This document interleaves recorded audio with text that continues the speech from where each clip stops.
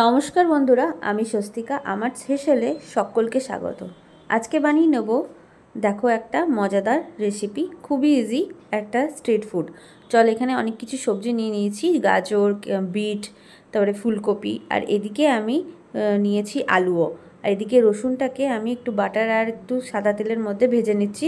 এরকম পেঁয়াজটাকেও ডুমো ডুমো করে কেটে নিয়েছি, আর আলু দিয়ে দিয়েছি, এবার টমেটোও দিয়ে দিয়েছি। সবটাকে একসঙ্গে ভালো করে একটুখানি নেড়ে নেব। দিয়ে পর সব সবজিগুলো আমি এর মধ্যে দিয়ে দিয়েছি। এখানে কিন্তু বিনসও আছে, বিনস, গাজর, ফুলকপি, তারপরে ক্যাপসিকাম, সব কিছু সবজি এখানে মিক্স সবজি আছে। এখানে আমি মিক্স ভেজ বানাচ্ছি না, চলো একটা মজাদার রেসিপি বানাবো। নুন দিয়ে দিয়েছি, কাঁচা লঙ্কা দিয়েছি, আর একটু গোলমরিচের গুঁড়ো। তোমরা ঝালটা নিজের টেস্ট অনুসারে করে নিতে পারো। আর এখানে আমি একটুখানি ভেজে নেওয়ার পরে আমি দিচ্ছি কুকারে। হ্যাঁ, কুকারের মধ্যে দিয়ে আমি এখানে 3-4টে সিটি লাগিয়ে নেব। দিয়ে দেখো ভালো করে একটা স্ম্যাচার নিয়ে নিয়েছি, মানে এটা স্ম্যাচ করার জন্য। দিয়ে ভালো করে একদম চটকে নেব। যতটা পরিমাণে মিহি করা যায় তত পরিমাণে এই ভালো করে এটাকে চটকে নেওয়া হবে।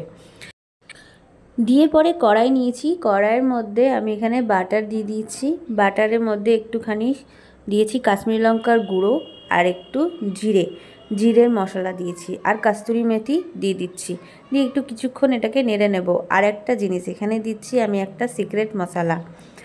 এখানে আমি সিক্রেট মশলাটা দিয়েছি। আমি বলছি কি সিক্রেট মশলাটা দিচ্ছি। তার আগে এখানে আমি সবজিটা দিয়ে দিচ্ছি কড়াইয়ের মধ্যে। দিয়ে কড়াইয়ে আরেকবার ভালো করে আমি স্ম্যাশড করে নেব। দিয়ে পরে এর মধ্যে দিচ্ছি একটুখানি মশলা, যেরকম জিরে গুঁড়ো দিয়েছি এখানে, আর দিয়েছি একটুখানি ঝাল মশলা, ঝাল লঙ্কার গুঁড়ো, আর দিচ্ছি লেবুর রস। লেবুর রসটা কিন্তু মাস্ট দিতেই হবে। তারপরে এদিকে লেবুর রস দেওয়ার পরে আমি কস্তুরি মেথি দিয়েছি। এবারে কস্তুরি মেথি দিয়ে উপর থেকে ধনেপাতা ছিঁড়ে দিয়েছি। দিয়ে আমাদের এই সবজিটা রেডি হয়ে গেছে। আর বেশি করে বাটার দিতে হবে। দিয়ে পরে বুঝতেই পারছো আশা করি আমি এখানে কি বানাতে চলেছি। যদি জেনেই থাকো তাহলে কমেন্ট বক্সে অবশ্যই বলো।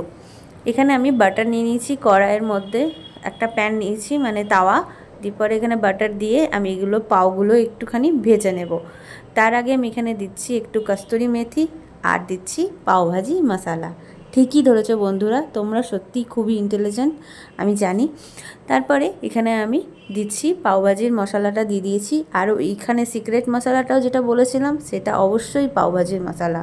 এটা বাড়িতে তৈরি করা পাওভাজির মশলা। পাওভাজির মশলা কিভাবে রেডি করতে হয় সেটাও তোমাদের জন্য নিয়ে আসবো। এদিকে আমি পাওভাজিটা ভেজে নিয়ে পরে এবারে আমি সার্ভ করছি। ভিডিও ভালো লাগলে একটা লাইক করো। সবাই ভালো থেকো, সুস্থ থেকো। আবার দেখাবে অন্য একটা ব্লগে। ধন্যবাদ সকলকে। পুরো ভিডিওটা দেখার জন্য ধন্যবাদ।